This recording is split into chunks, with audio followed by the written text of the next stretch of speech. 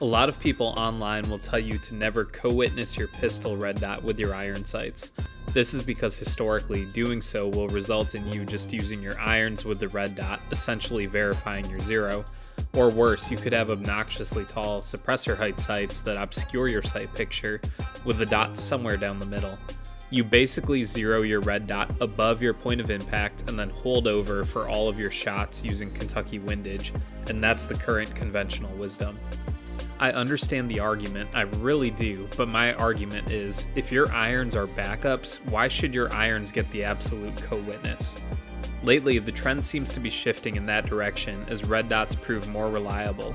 So instead, we see shooters completely ditching the iron sights altogether and only running the dot alone as a sighting system. That's a little too ballsy for me for my EDC pistol. In this video, I'm going to make the case that there is a solution to this problem that doesn't involve you ditching your irons altogether and doesn't involve you zeroing above point of impact with weird holdovers or obscuring your sight picture with obnoxious suppressor height sights.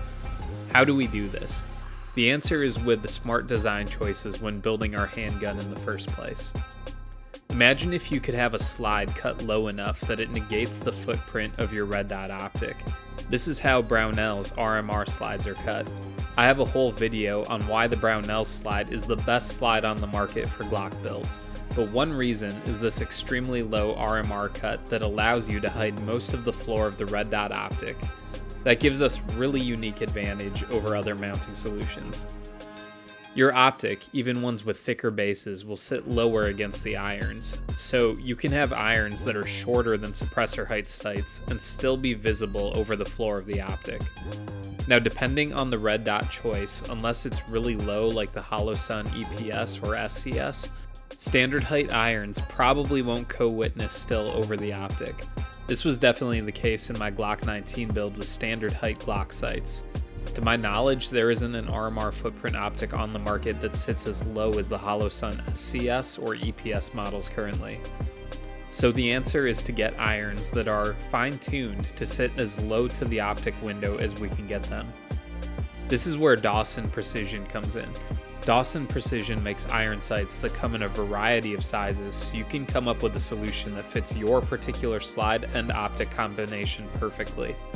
They offer their sights in different sizes and configurations, including different dot patterns and night sights for different needs. For both budget and for my own needs, I chose blacked out irons as I want them to not be distracting, as if I wasn't running irons at all, and affordable. This combination costs $40 shipped. I'll have the link to the exact build in the description, but here I'm running Dawson Precision irons on a Brownell's RMR Glock 34 slide with a Bushnell RXM 300. My Dawson Precision sights sit just high enough to co-witness above the floor of the optic while still being visible in the optic window. For all intents and purposes in regular shooting, I don't even see them. But if my optic dies for any reason, I can still use them with a combat hold as backups. For me, this is perfect. They truly are the last-ditch backups. My optic isn't taking a back seat to my irons, and I don't lose any of my sight picture.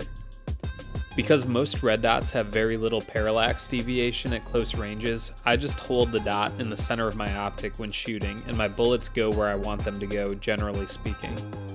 So guys, this is by far my preferred configuration right now for a lot of my builds. I'm going to be picking up Dawson Precision sights for my Glock 19 build next. For my concealed carry context, I'm running a HoloSun EPS. I've talked about this in my slide cut video, but I got my Glock 26 cut for a 507K footprint, which the EPS uses.